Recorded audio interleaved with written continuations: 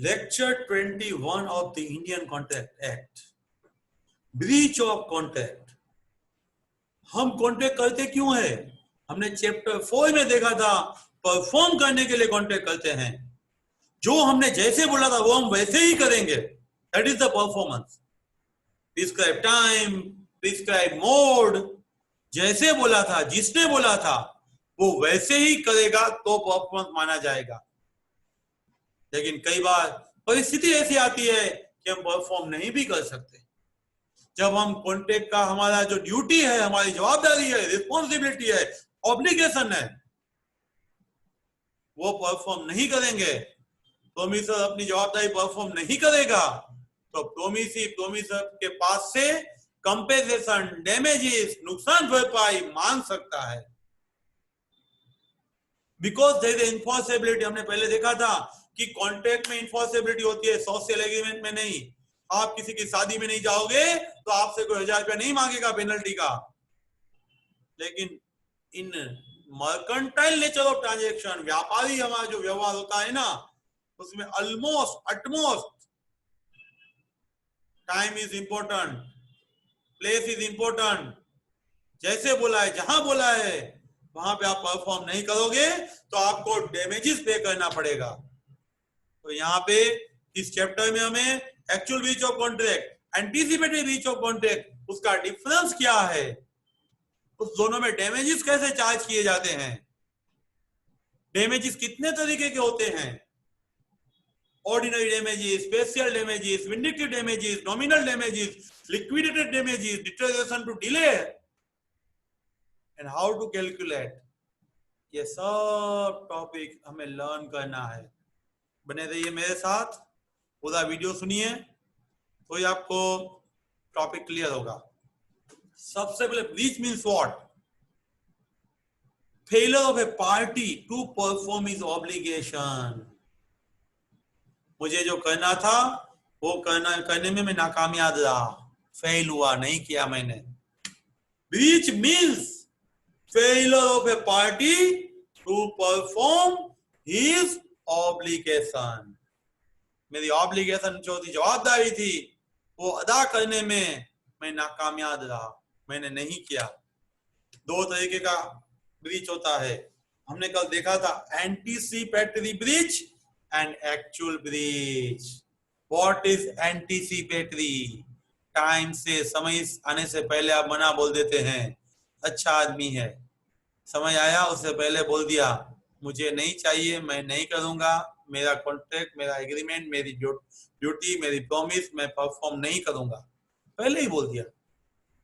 शादी के अगले दिन जब डांडिया चल रहा था उसी टाइम बोल दिया नहीं मुझे नहीं चाहिए, उन लोगों को बोल दो अहमदाबाद से बाहर लेके नहीं आए। फाइटिंग हो गई अभी फोन पे। समय से अगले दिन ना बोल दिया है तो वो एंटीसिपेटरी ब्रीच ऑफ कॉन्ट्रैक्ट है। वो क्या है? एंटीसिपेटरी ब्रीच ऑफ कॉन्ट्रैक्ट, समय से पहले ही मना बोल दिया है। मैंने आपको बोला था मैं आपको 3 मार्च को गुड्स सप्लाई करूंगा, मैं आपको 25 फेब को मना बोल दूंगा कि अभी मैं गुड सप्लाई नहीं कर पाऊंगा, तो एंटीसिपेटरी ब्रीच हुआ। ए ने बी को बोला मैं अभी गुड नहीं देने वाला हूं, बी के पास 2 ऑप्शन है, इमीडिएटली कॉन्ट्रैक्ट को कैंसिल कर दे। 25 फेब को उसे मना बोला है तो आज ही बोल दे कि कोई बात नहीं, चल डैमेजेस दे दे, हमारा बुकिंग 100 में था, मार्केट प्राइस 110 है, तो 10 रुपए का हमें डैमेजेस दे दो। 25 फेब को ही बोल देगा डैमेजेस दे दो। लेकिन बी को लगे नहीं नहीं, अभी तो मुझे ड्यू डेट तक, यानी निर्धारित की तारीख तक मैं कंटिन्यू रखूंगा, और तब प्राइस 125 हो जाएगी तो 10 की जगह मैं 25 लूंगा, लेकिन 90 हो जाएगी तो 10 देना पड़ेगा। लो ने मना बोल दिया है तो लॉकडाउन है, ये चीज मत बेचो, तंबाकू मत बेचो, तो contract cancel, nobody can sue to anybody. Due date से पहले प्रोमिसर ने मना बोला, प्रोमिसर के पास पावर है कॉन्ट्रैक्ट कंटिन्यू रखे या कैंसिल करे। कंटिन्यू रखने से प्रोमिसर को फायदा भी हो सकता है, नुकसान भी हो सकता है, ऐसा जरूरी नहीं है। कॉन्ट्रैक्ट कंटिन्यू रखने से प्रोमिसर को फायदा ही होगा, both possibilities are there. Anticipatory breach of contract, समय से पहले आप भंग कर रहे हो, anticipatory. Promisor refuse to perform his promise before the time, promisor ने समय से पहले ही परफॉर्म करने का मना बोल दिया है, रिफ्यूज मना बोल दिया, मैं परफॉर्म नहीं करूंगा, मुझे ये लड़का नहीं चाहिए, समय से पहले मना बोल दिया। जब इनविटेशन है ना तो आपने प्रेस में दी तो तभी ना बोल दी, बिफोर टाइम मुझे नहीं चाहिए, that is anticipatory speech. Promisee के पास पावर है, मे फोर्थविथ तुरंत कैंसिल कर सकता है, may forthwith end the contract, तुरंत कॉन्ट्रैक्ट का एंड कर सकता है, और alive to the due date, और ड्यू डेट तक वो अलाइव रख सकता है, अलाइव यानी कंटिन्यू। जब 1 महीने पहले लड़की ने बोला मुझे ये लड़का नहीं चाहिए, लड़का बोलेगा कोई बात नहीं, तो लड़की गुस्से में इसीलिए मना बोल रही, कल वो हाँ बोल देगी, लड़के को बहुत ही ज्यादा एक्सपेक्टेशन है, तो लड़का भी अलाइव रखना चाहता है, लड़के के पास पावर है, शादी के दिन तक कंटिन्यू रखे और कैंसिल कर दे।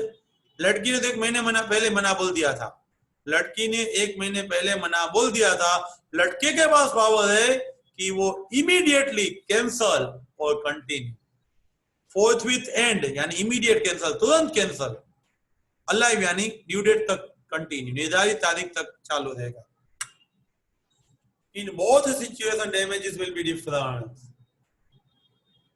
अभी मैं कैंसिल कर दूं और बाद में कैंसिल कर दूं, दोनों टाइम पे मार्केट प्राइस बदल जाएगी, तो मार्केट प्राइस की वजह से दोनों डैमेजेस कैंसिल होंगे। अलाइव करना, अलाइव रखना, कंटिन्यू रखना, वो प्रोमिसर के फायदे में ऐसा जरूरी नहीं है, वो प्रोमिसर के फायदे में भी हो सकता है।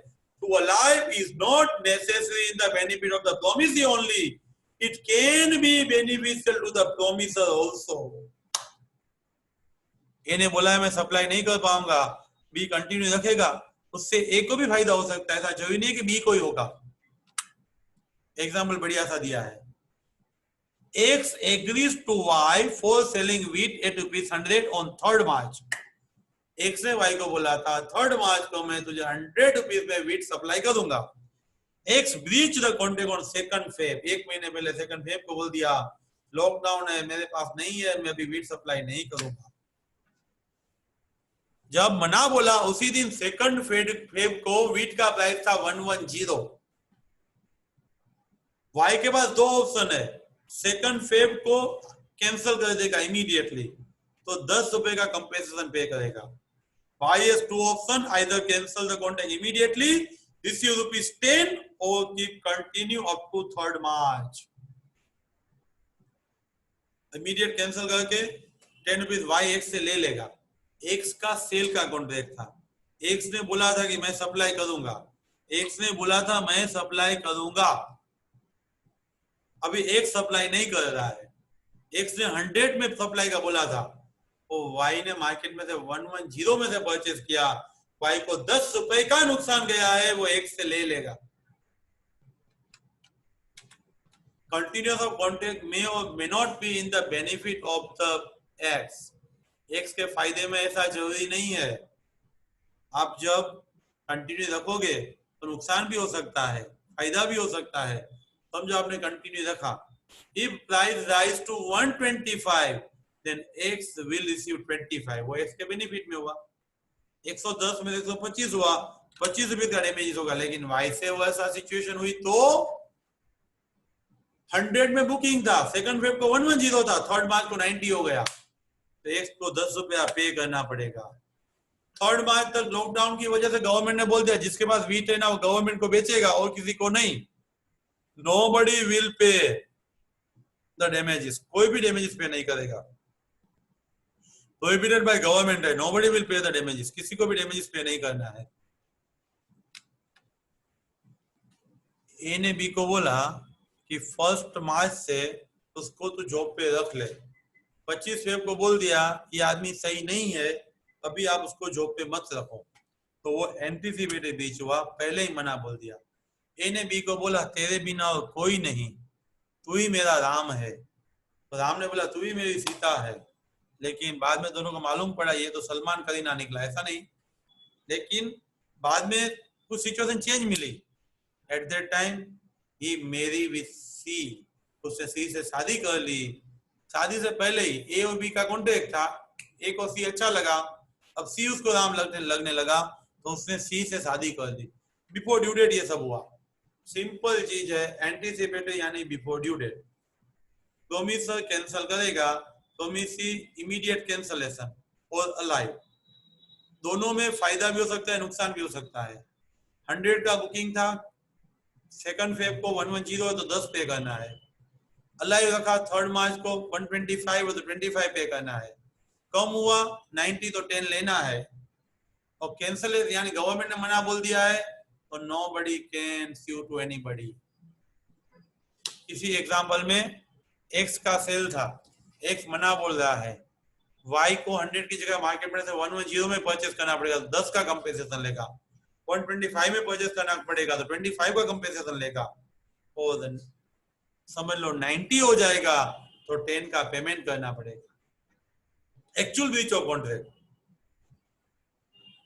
डीडीएल, दिल वाले दुल्हनिया ले जाएंगे।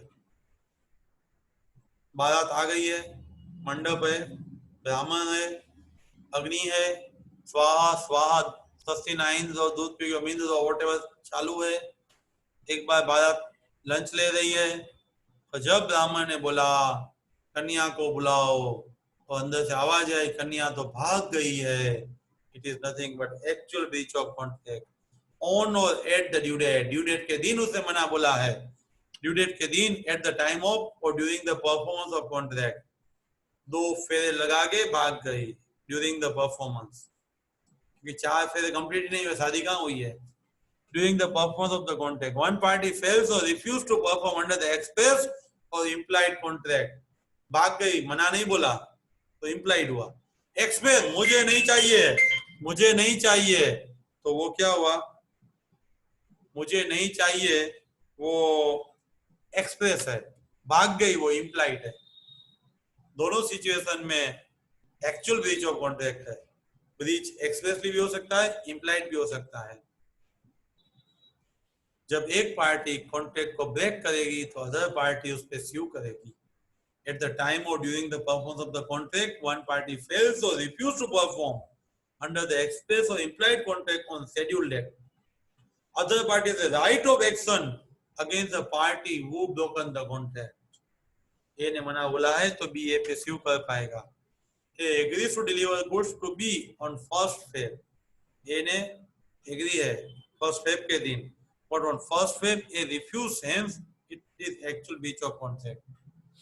फर्स्ट फेब को से मना बोल दिया, पहले बोला था फर्स्ट फेब को मैं गुड सप्लाई करूंगा, अभी फर्स्ट फेब को बोल रहा मैं मुझसे सप्लाई नहीं होगा, तो what happens, actual breach of contract. जब ब्रीच होगा तब कंपेंसेशन तो आएगा ही, कंपेंसेशन तो डिसाइड करना ही है। सेक्शन 73 ने आपको कंपेंसेशन यानी नुकसान भरपाई कैसे कैलकुलेट करना उसकी जानकारी दी है।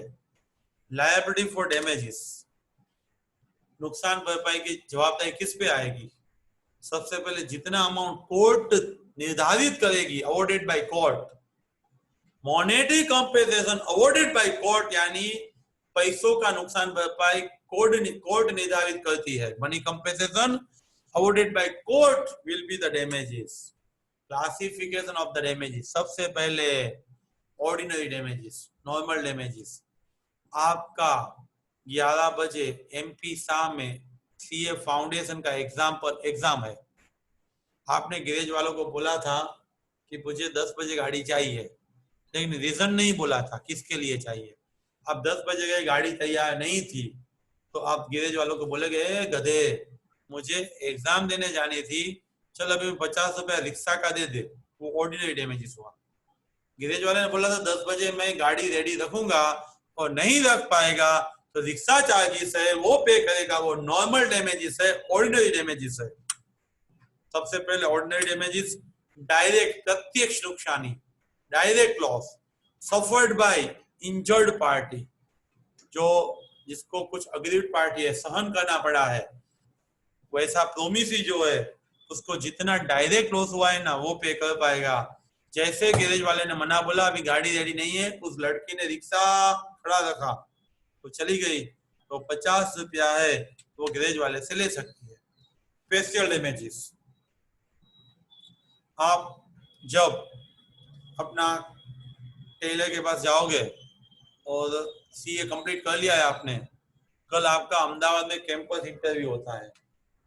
आपको मालूम होना चाहिए कि सीए कंप्लीट होते अहमदाबाद मुंबई कैंपस इंटरव्यू होता है, बहुत बड़ी बड़ी कंपनियां आती है और वहां पे आपका सिलेक्शन हो जाता है तो आपका करियर बहुत ही ब्राइट होता है। उस सिलेक्शन में डिपेंड्स ऑन रिजल्ट, लेकिन फर्स्ट टाइम में जो पास है उनको प्रायोरिटी दी जाती है। बाद में लोग बाकी के लोगों भी सिलेक्शन करते हैं, लेकिन टॉप मोस्ट कंपनियां इंटरनेशनल कंपनियां फर्स्ट टाइम प्रीफर करती है। इसीलिए आपके लिए फर्स्ट टाइम में पास होना बहुत ज्यादा बेनिफिशियल है। इसीलिए मैं बोलता हूँ जितना एफर्ट से लगा दो, आपको 1 CR तक का पैकेज भी मिल सकता है। Come to the point. Special day में आपका इंटरव्यू था, दूसरे दिन आपको बस में नहीं जाना था, यानी जाना था तो नीता पटेल कुछ स्लीपर कोच में जाना था। आपने टेलर को बोला था 12 बजे मुझे ये कोट रेडी चाहिए, मेरा इंटरव्यू है अहमदाबाद और 12 बजे की मेरी नीता ट्रैवल्स की बस है। आप गए तो बोले अभी अभी अभी रेडी, अभी रेडी, स्टिचिंग बाकी है। स्टिचिंग किया, 12:30 बज गए, नीता ट्रैवल्स चली गई।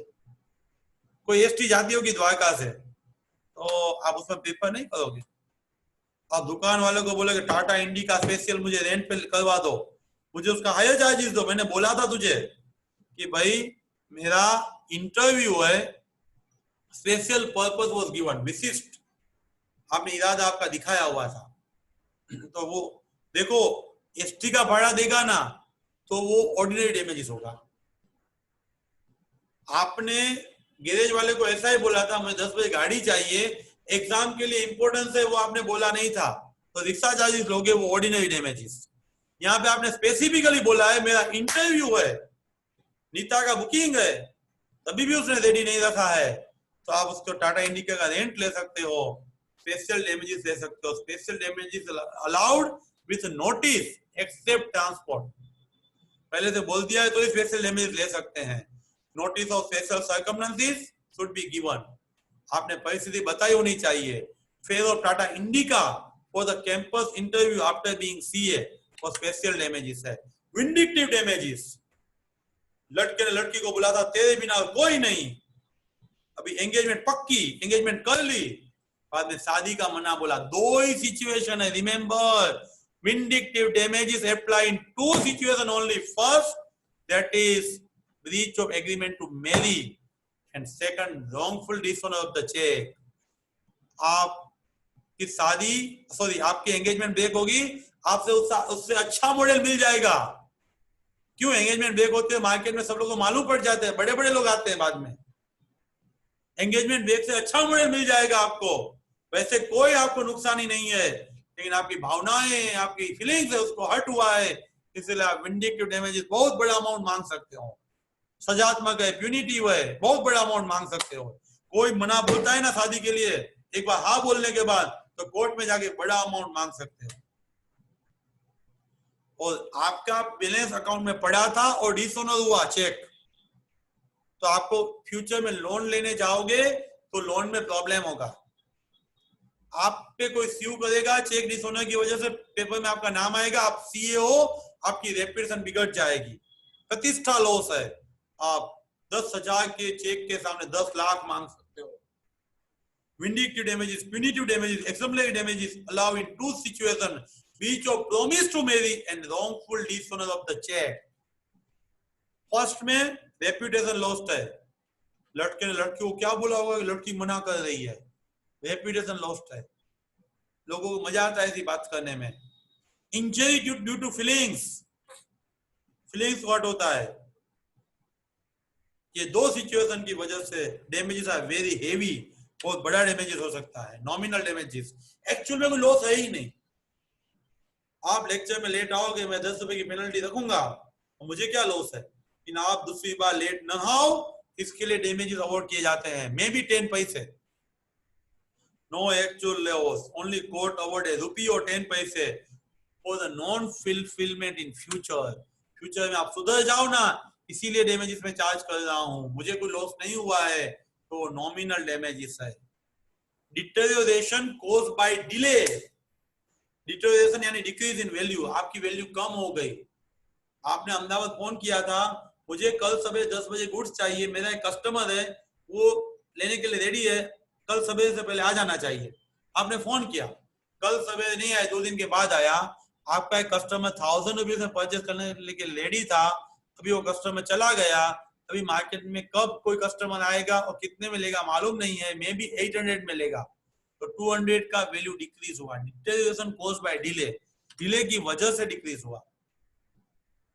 ट्रांसपोर्ट के केस में नोटिस के बिना भी आप डैमेजेस मांग सकते हो, बाकी सभी केस में आपको पहले से नोटिस देना है। Can be recovered without notice from the carrier, it include the physical damages as well as special opportunity for sale. अच्छा सा कस्टमर आया था, वो वापिस चला गया, प्रॉफिट फर्गो हुआ, वो भी आप मांग सकते हो। ट्रांसपोर्ट विदाउट नोटिस, बाकी सब केस में नोटिस देके आप डिले का भी डैमेजेस मांग सकते हो। लिक्विडेटेड डैमेजेस, जो पहले से हम निर्धारित कर सकते हैं, वैसे जो नुकसान है उसको लिक्विडेटेड डैमेजेस बोलते हैं। प्री डिटरमाइंड डैमेजेस, आप मुझे कल तक गुड सप्लाई करो वरना 1000 रुपीज का डैमेजेस लगेगा, लाइक पेनल्टी। इट्स दोनों डिफरेंट है। लिक्विडेटेड डैमेजेस में मुझे जितना हुआ है ना उतना ही मैं लूंगा, पेनल्टी में मुझे हुआ है उससे बहुत ज्यादा दूसरे को सजा देने के लिए लूंगा। Liquidated damages penalty both are different. Penalty में दूसरे को सजा देना है, लिक्विडेट डैमेजेस में मुझे एक्चुअल में जितना नुकसान हुआ है उतना ही मुझे लेना है। Remote damages nobody can sue. 10 बजे गैरेज वाले ने गाड़ी रेडी नहीं रखा, आपको रिक्शा अवेलेबल था, आप चल के एमपी सामने गए, चल के 15 मिनट लेट पहुंचे, आपको अंदर एंट्री नहीं दिया, आप सीए के एग्जाम में फेल हुए, आप 6 महीना सीए लेट होंगे, तो आप क्या गैरेज वाले से 6 महीने का 6 मंथ का सैलरी मांगोगे क्या? आपने गाड़ी रेडी नहीं रखा है, मेरा एग्जाम में मैं नहीं पहुंच पाया, मैं 6 महीना सीए लेट होऊंगा, पर मंथ 50,000 सैलरी, मुझे 3 लाख का डैमेजेस चाहिए, ऐसा नहीं बोल सकते। Remote damages can not be claim 6 month salary of CA, example is there. Remote damage आप नहीं मांग सकते। Friends, actual breach on time मना बोल रहे हो, एंटीसिपेटरी ब्रीच पहले मना बोल दिया, पहले मना बोला तो प्रोमिस कंटिन्यू रखेगा और इमीडिएट कैंसिल करेगा, इमीडिएट कैंसिल करेगा। 100 से जगह 110 है तो कंपेंसेशन 10 होगा, बाद में 125 हो जाएगा तो 25 होगा, और 90 है तो रिड्यूस होगा, तो सामने पे करना पड़ेगा। कंटिन्यू रखना प्रोमिस के फायदे में ऐसा जरूरी नहीं है, प्रोमिस के फायदे में भी हो सकता है। बाद में जितना नुकसान हुआ है वो आपको ordinary damages, special damages, vindictive damages, nominal damages, liquidation, liquidated damages, liquidated damages and deterioration of delay, ये सब क्लेम कर सकते हो, रिमोट डैमेजेस नहीं। फ्रेंड्स, बने रहिए मेरे साथ, हर एक सब्जेक्ट को डिटेल वीडियो मिलेंगे, सब्सक्राइब करके शेयर करो और पहले लेक्चर से सुनो और पूरा वीडियो सुनो, तभी आप कंसेप्ट पे मास्टरी ले पाओगे। तो friends, thank you very much and wait for the next lecture immediately. Thank you very much.